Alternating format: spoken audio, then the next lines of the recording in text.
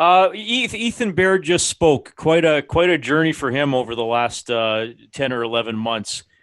What kind of things could you pinpoint with Ethan that he was specifically able to do to earn your trust and to earn his role on the team? And certainly we foresee him being an important player here going into the tournament.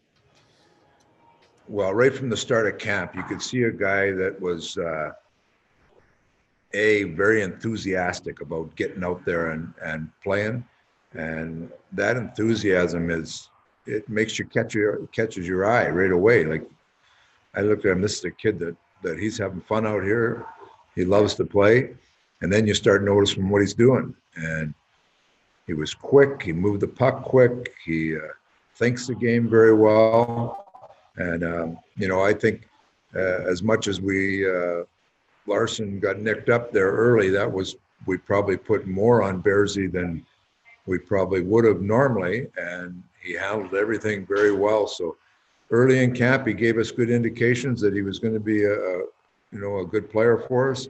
And then those early challenges where we were down one of our top defensemen, he jumped in there and took a lot of those minutes, and it was really good to watch. Like, he's a young guy that he loves the game, really well liked by his teammates, and every game he went out there and continued to play very well. And he's probably one of the greatest things you can say about him is when you have players like Connor and Leon and your top players want him on the ice with you, that shows that he's doing some real strong things. So he's a big part of our team, great attitude, and he's come back from the break here. You watch him out there practice right now. He's a really good player for us.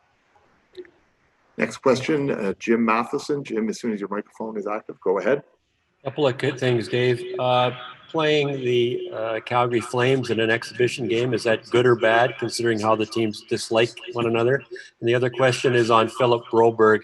Is he a player for you in the tournament now that Mike Green is no longer here and you want to carry 10 defensemen in this tournament? Well, I think that'll be Ken's decision. We wanted to bring him over, have a look at him, but now with Green not joining us, that'll be a discussion with Ken we have. If you watch the practices out there, he looks good out there. He doesn't look out of place at all. So those will be discussions we have with upper management. But so we'll see where he gets to. We're everybody's pleasantly surprised. This is the first real look we've had of him here, and he's like I say, he hasn't looked out of place at all. The exhibition game, I guess everybody will play more into it than is there, but I think every team, no matter who you're playing, and I look at all the different, they kind of put rivalries all over the league in the exhibition games. I think teams are going to be so concentrating on getting themselves ready. I think it'll take some of that rivalry stuff out of it. You got one game and you're in the playoffs, so you better use that game wisely and make sure your team game's in order. And I think that'll be the focus.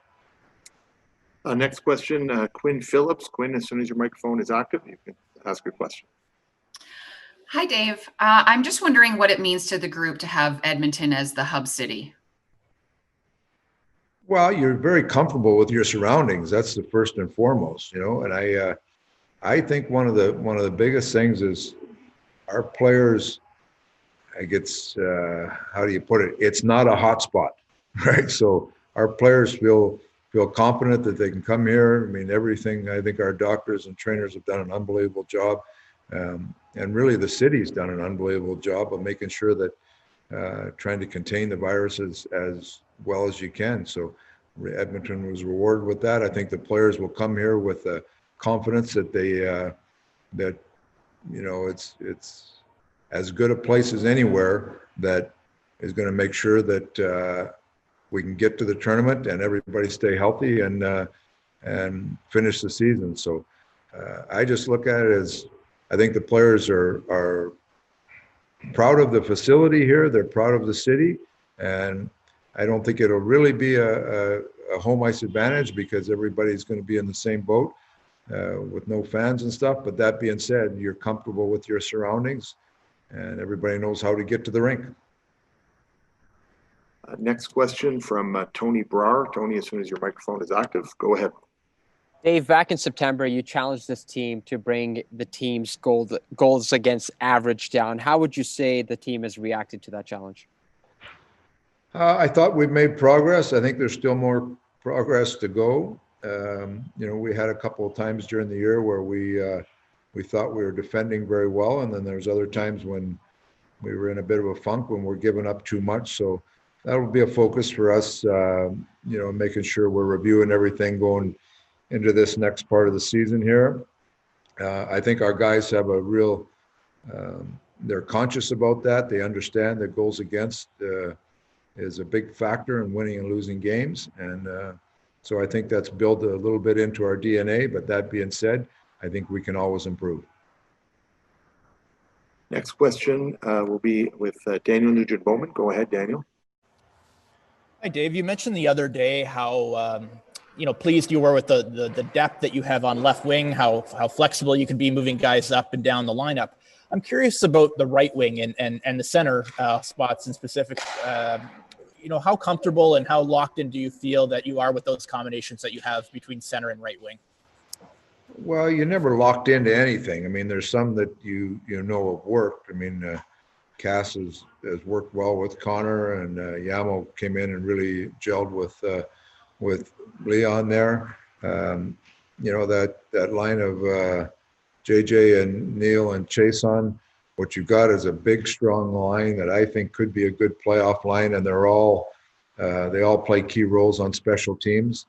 And then you've got kind of our penalty killers and a checking line, and with Smart, speed on the outside, and Archibald and Ennis, and Sheehan's done a pretty good job for us at center ice there. That being said, we've got Haas he gives us real quality minutes when he's in there. Nygaard looks good coming back from injury. He's skating well. He's still, I think he's working through getting his hands back in shape. He's missed quite a bit of time with that hand injury. And Patrick Russell is really, he's one of those guys that coaches like because he's just a jack of all trades, and he shows up and he works so hard every day. And when his number gets called, he's there. And if he's not in the lineup, he's working just as hard. So, and then we have our young guys from Baco. So we like our depth right now. We have a lot of interchangeable parts. And some of it really depends on, I look at some of it, it's the rhythm of how the game goes and special teams and how players get used. And that's a bit of a factor in it.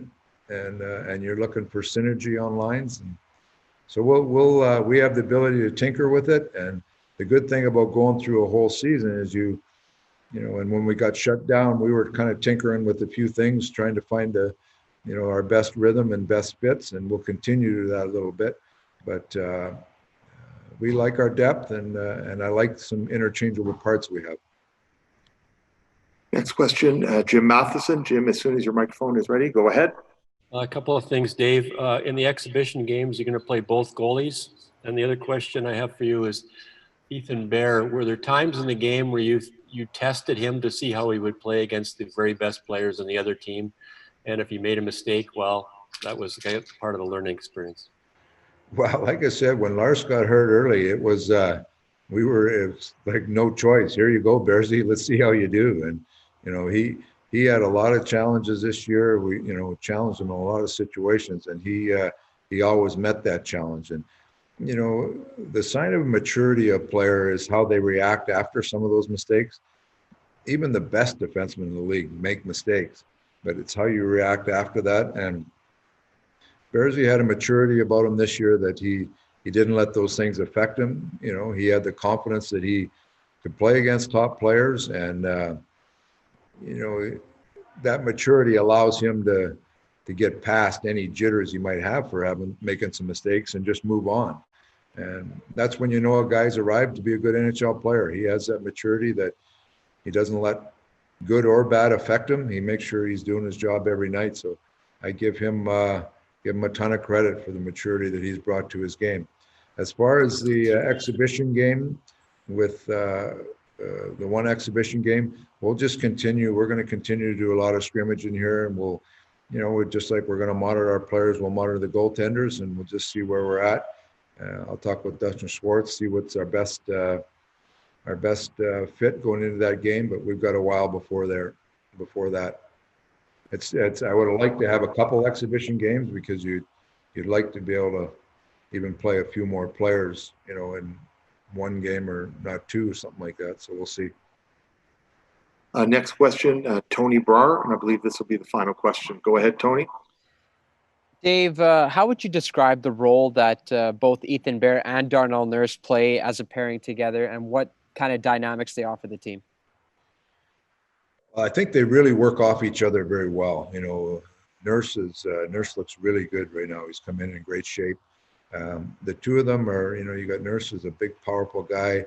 Bears, he's real smart, you know, good with the puck. So it's we've relied on them. They've played against teams' top players. They played on a second power play unit. Both are very strong penalty killers, but they've been a very stable pair for us. And like I say, they enjoy playing with each other. They work well off each other, and they've been an effective pair. And as a coach, you're always trying to find that synergy with people, that not just so they play well, but the person they're playing with or the line they're playing with, you know, everybody can maximize their what they bring to the team. And those two have done a good job of maximizing each other, and they've been a very good pair for us.